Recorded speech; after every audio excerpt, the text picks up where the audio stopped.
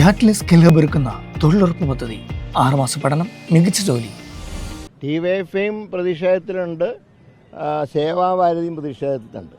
അതിൻ്റെ കാരണം ആലപ്പുഴ മെഡിക്കൽ കോളേജിൻ്റെ അകത്ത് രണ്ടു കൂട്ടരും വലിയ ബാനർ വെച്ച് കെട്ടി അവിടുത്തെ പ്രവർത്തനങ്ങളെ തടസ്സപ്പെടുത്തുകയാണ്.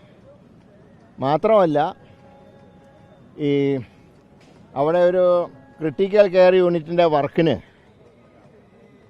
അവിടെ ജോലിക്കാർ ചെന്നപ്പോൾ സേവാഭാരതിക്കാർ പറഞ്ഞത് ഞങ്ങളുടെ സ്ഥലമാണ്, ഇവിടെ പ്രവർത്തനം നടത്തണമെങ്കിൽ ഞങ്ങൾക്ക് മറ്റൊരു സ്ഥലം അനുവദിച്ച് നൽകണം. ഇത് സർക്കാരിൻ്റെ സ്വത്താണ്, വ്യക്തികളുടെയോ സംഘടനകളുടെയോ സ്വത്തല്ല. അതുകൊണ്ടാണ് ഇങ്ങനെ തീരുമാനം ആലപ്പുഴയ്ക്ക് വേണ്ടി എടുത്തത്. അപ്പോൾ അതുകൊണ്ട് ഈ അന്നം മുടക്കി എന്നൊക്കെ പറഞ്ഞിട്ട് ഇന്നലെ ചിലർ എന്നെ കുറിച്ചിട്ടൊക്കെ പറഞ്ഞു.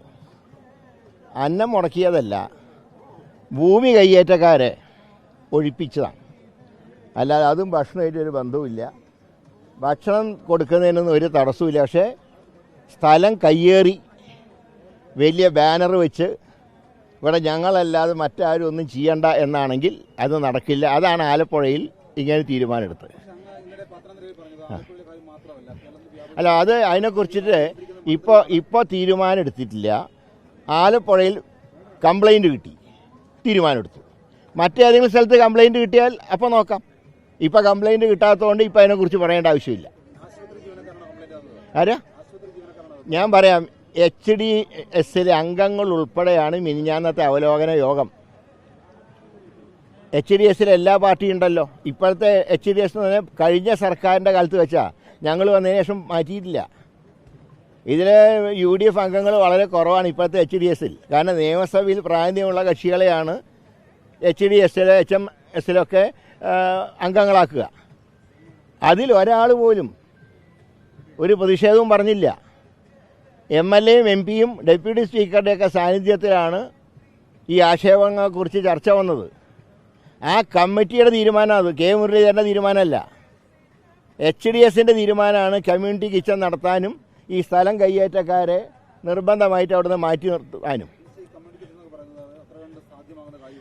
ആലപ്പുഴയിൽ അതിൻ്റെ സംവിധാനം ഉണ്ടാക്കിയിട്ടുണ്ട്. മറ്റുള്ള സ്ഥലങ്ങളെക്കുറിച്ച് ഇപ്പോൾ ആലോചിച്ചിട്ടില്ല.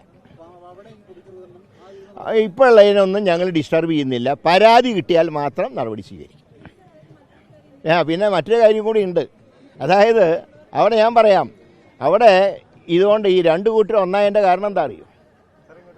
അവിടെയുള്ള ഈ ലാബിൽ, ആലപ്പുഴ മെഡിക്കൽ കോളേജിലെ ലാബിൽ അവിടെ ഈ ഒരു സംവിധാനമുണ്ട്, റീഏജൻറ്റ് എന്ന് പറഞ്ഞാൽ നമ്മൾ ഈ ഷുഗർ, പ്രഷർ ഇതൊക്കെ പരിശോധിക്കാൻ ഉപയോഗിക്കുന്ന ഇതാണ് അതിൻ്റെ ഒരു സൊല്യൂഷനാണ്. അപ്പോൾ അത് വാങ്ങുന്നില്ല. എന്നിട്ട് എന്ത് ചെയ്യുന്നു? അടുത്തുള്ള 2 പ്രധാന സ്വകാര്യ ലാബുകളിൽ അവിടുന്ന് കുറി കൊടുക്കുകയാണ്, അവിടെ ടെസ്റ്റ് ചെയ്ത് വരാൻ. ആ ലാബ് ആരാ നടത്തുന്നത് നിങ്ങൾ അന്വേഷിച്ചാൽ മതി, ഞാൻ ആരും പേര് പറയുന്നില്ല. ഈ 2 ലാബുകൾ ലക്ഷങ്ങൾ ലാഭെടുക്കുകയാണ്. അത് തടഞ്ഞതാണ് ഈ പ്രകോപനത്തിന് മുഴുവൻ കാരണം, അല്ലാണ്ട് പൊതിച്ചോറ് ഇതുമായിട്ട് ബന്ധപ്പെട്ടതല്ല. ഈ റീചാർജ് ചെയ്യാനെടുത്ത തീരുമാനം പലരെയും അലോസരപ്പെടുത്തുന്നുണ്ട്. ഇനി പുറത്ത് കൊടുക്കരുത് എന്ന് കർശനമായി, അവിടെ തന്നെ ലാബുണ്ട്, ആ ലാബിൽ പരിശോധിച്ചാൽ മതി. അതിനാവശ്യമുള്ള സംവിധാനം ഒരുക്കാൻ മിഞ്ഞാന്ന് തീരുമാനമെടുത്തു. അത് നിങ്ങൾ അന്വേഷിച്ചാൽ മതി, ഞാൻ പറയുന്നില്ല, നിങ്ങൾ അന്വേഷിച്ചോ. അതിൻ്റെ ആരാണ് അതിൻ്റെ നിയന്ത്രണം, അവർക്ക് എത്ര ലാഭം കിട്ടും, നിങ്ങൾ അതും കൂടെ നോക്കണ്ടേ. ഇത് മാത്രം പറഞ്ഞാൽ മതിയോ? അതും കൂടെ നോക്ക്.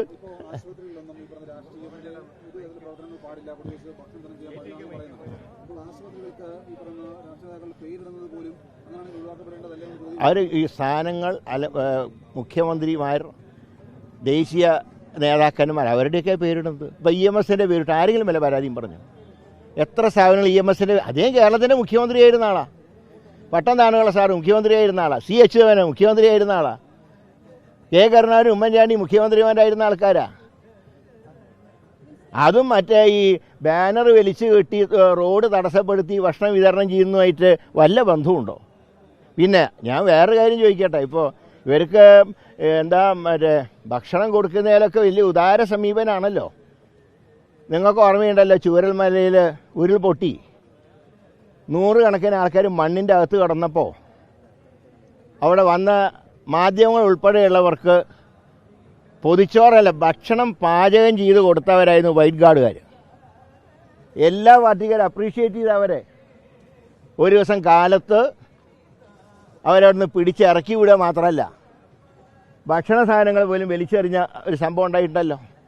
അന്ന് എവിടെ പോയി ഇവരൊക്കെ?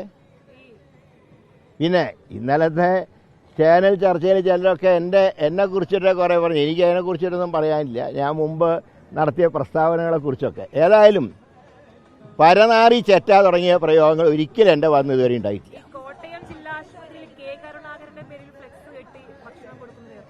ഇത് ഞാൻ പറഞ്ഞല്ലോ, വഴി തടസ്സം എവിടെയെങ്കിലും ഉണ്ട് എന്ന് റിപ്പോർട്ട് ഞങ്ങൾക്ക് കിട്ടിയാൽ നടപടിയെടുക്കും, ആരാണെങ്കിലും. കോട്ടയത്ത് ഇപ്പോൾ DYFIക്കാരൊക്കെ അവരുടെ ബോർഡ് വെച്ചിട്ട് ഭക്ഷണം വിതരണം ചെയ്യുന്നുണ്ടെങ്കിലും അവിടെ ഗതാഗതം തടസ്സപ്പെട്ടതായിട്ടോ സ്ഥലം കയ്യേറിയതായിട്ട് പരാതിയില്ല, അവിടെ ആക്ഷൻ ഇല്ലല്ലോ. ആലപ്പുഴയിൽ എന്തുകൊണ്ട് ആക്ഷൻ എടുത്തു?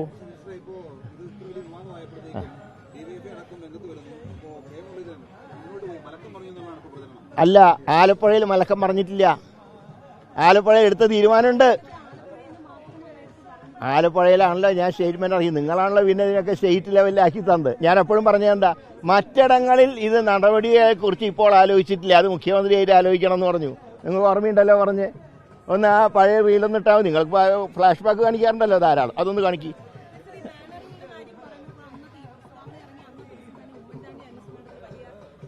എവിടെ എവിടെ? അതിന് തിരുവനന്തപുരത്തിൻ്റെ കേസ് കൂടി ഇല്ലല്ലോ. ഇപ്പോൾ ആലപ്പുഴയിലാണ് ഈ പരാതി. സ്ഥലം കയ്യേറി, ഞാൻ ആ കടി വരെ ഇട്ട് പറഞ്ഞു, സ്ഥലം കയ്യേറി നടക്കില്ല. രണ്ടു കൂട്ടരുണ്ട്. അതാണ് ഇപ്പോൾ സുരേന്ദ്രനും പിണറായിക്കും ഒരേ ഭാഷയല്ലേ. ഒരു കോൺഗ്രസ് നേതാവിൻ്റെയും BJP നേതാവിൻ്റെയും ഒരു പ്രസ്താവന വന്നാൽ സഖ്യം എന്ന് പറഞ്ഞിട്ട് കാണിക്കുന്നതല്ലേ. ഇപ്പോഴെന്തായി? ഇന്നലെ ഞാൻ നോക്കി, DYFIക്കാർക്കും സുരേന്ദ്രനും ഒരേ ഭാഷ. കാരണം അവിടെ രണ്ടുപേരും പങ്കുവെച്ചോടാണ്. ഇനിയും കുറേ കാര്യങ്ങൾ പുറത്തു വരും. അതുകൊണ്ടാണ് നമ്മളെ ആക്രമിക്കാൻ. എനിക്കതൊന്നും ഒരു പ്രശ്നവുമില്ല. ഇതൊന്നും കണ്ടു പേടിക്കുന്ന ഒരാളല്ല ഞാൻ. തീർച്ചയായിട്ടും തുടങ്ങും. തുടങ്ങുമെന്ന് പറഞ്ഞാൽ തുടങ്ങും. മറ്റ് സ്ഥലങ്ങളിൽ തുടങ്ങാനുള്ള സംവിധാനങ്ങളായിട്ടില്ല. അത് വരുമ്പോൾ അന്ന് നോക്കാം. പിന്നെ അവിടെ നിന്ന് പരാതി കിട്ടിയിട്ടില്ല. പരാതി കിട്ടിയാൽ നടപടിയെടുക്കും. എനിക്ക് അല്ലെങ്കിൽ അടുത്ത ആഴ്ച ഒന്ന് ഡൽഹിയിൽ പോകണം. കേന്ദ്ര ആരോഗ്യമന്ത്രിയെ കണ്ട് കേരളത്തിന് കുറച്ച് കേന്ദ്ര ഫണ്ട് കിട്ടാനുണ്ട്. അതിന് ഏതായാലും ഞാൻ പോകുന്നുണ്ട്. അല്ല, ഞാൻ ഈ കളിയിൽ അധികം താല്പര്യം എടുക്കാറില്ല. മറ്റൊന്നും കൊണ്ടല്ല, എനിക്ക് ഫുട്ബോൾ ഇഷ്ടമാണ്. പക്ഷേ നമ്മുടെ രാജ്യത്തിന് ടീമില്ലാത്തതുകൊണ്ട് മറ്റ് രാജ്യങ്ങളുടെ ഈ കളി കാണുന്നതിന് എനിക്ക് അത്ര വലിയ താല്പര്യമില്ല. പക്ഷേ ഞാൻ നേരത്തെ ഒരു ചാനലിനോട് ഞാൻ പറഞ്ഞിരുന്നു, മെസ്സിയുടെ മാജിക്ക് കണ്ട് ഫൈനൽ ജയിക്കണം എന്നില്ല എന്ന്. എനിക്കത് മലയാളം ചാനലിനെ മറ്റാ കൊടുത്തു, ഒറ്റ ചാനലിനെ കൊടുത്തിട്ടുള്ളൂ. മെസ്സിയുടെ കഴിവ് കണ്ട് ഫൈനൽ ജയിക്കുമെന്ന് പറയാൻ പറ്റില്ല. ഇത് രാഷ്ട്രീയം പോലെയാണ്, എന്തും സംഭവിക്കാം. അപ്പോൾ അത് സ്വാഭാവികമായിട്ടും സ്പെയിൻ നന്നായി കളിച്ചു, സ്പെയിൻ നേടി. അത് അങ്ങനെയൊന്നും നോക്കിയിട്ട് കാര്യമില്ല. ജയിക്കുന്ന ടീമിനെ അംഗീകരിക്കണം. അത് നമ്മൾ ഈ ഇലക്ഷൻ തോൽക്കുമ്പോൾ പറയുമല്ലോ, അവിടെ മറ്റേ ബൂത്ത് കയ്യേറി അവിടെ ആളില്ല എന്നൊക്കെ പറയുന്നത്. കളി ജയിച്ചു, സ്പെയിൻ നന്നായി കളിച്ചു, അവർ ജയിച്ചു. അതിനെ സ്പോർട്സ്മാൻ സ്പിരിറ്റിൽ എല്ലാം കാണണം. രാഷ്ട്രീയത്തിന് സ്പോർട്സ്മാൻ സ്പിരിറ്റിൽ കാണുന്നുള്ള അഭിപ്രായക്കാരനാണ് ഞാൻ.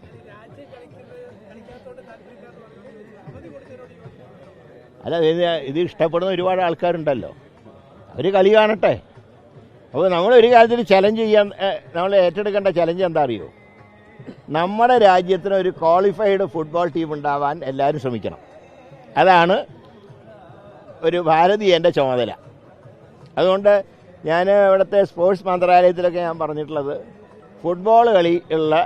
ഫുട്ബോൾ കളിക്കാരെ കൂടുതൽ പ്രോത്സാഹിപ്പിച്ച് കേരളത്തിലൂടെ ഒരു സ്വർണ്ണ മെഡൽ ഇന്ത്യക്ക് നേടിക്കൊടുക്കണം. നമ്മളൊരു ചലഞ്ച് അതായിരിക്കണം.